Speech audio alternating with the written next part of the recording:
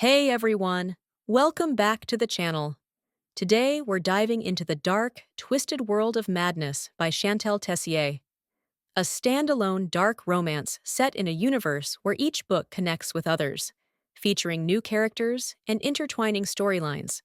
Before we begin, a quick reminder: this is dark romance. That means things will get a little intense, so buckle up. Madness is the latest installment in the series, and this time we're focusing on Haidyn, one of the Spade brothers. If you've read the previous books, you'll know that the Spade brothers are all kinds of messed up. But Haidyn, when I met him in the last novel, I thought he was the craziest.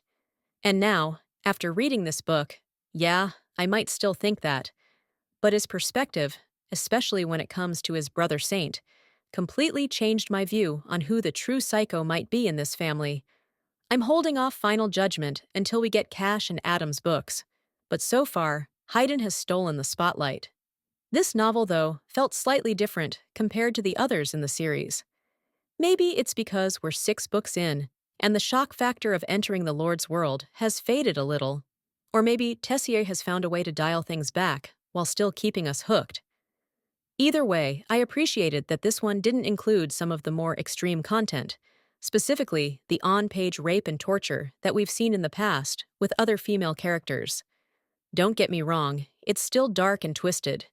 Haydn and his girl are far from innocent, and they do some pretty messed up stuff. But at least this time around, those particularly hard-to-read scenes were left out. That being said, don't let that lull you into a false sense of security. The intensity is still high. Haydn's story with his girl is full of wild moments. In fact, one of my favorite scenes takes place in his home gym, and let's just say it involves some creative use of ropes. If you've read Tessier's other books, you know the spice level is always turned up to 11, and madness doesn't disappoint on that front either.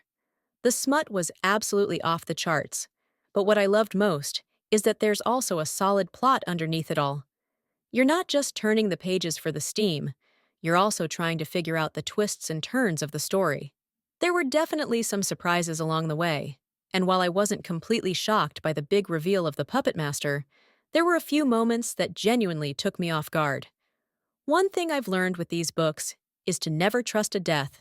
Seriously, just don't. You think a character is gone for good? Think again. Now let's talk about the relationship between Haydn and his girl. I was sold on them from the start. Their chemistry, their dynamic, it just worked. They were perfectly matched in all their craziness, and I loved watching them choose each other again and again through all the chaos. It was intense, it was dark, and honestly, I didn't want it to end. Unfortunately, I rented this book off Kindle Unlimited just 2 days before my subscription expired, so I was racing against the clock to finish it. I literally wrapped up the last chapter with 7 minutes left before it automatically returned. But don't worry, I'll be getting a physical copy and definitely plan on rereading it.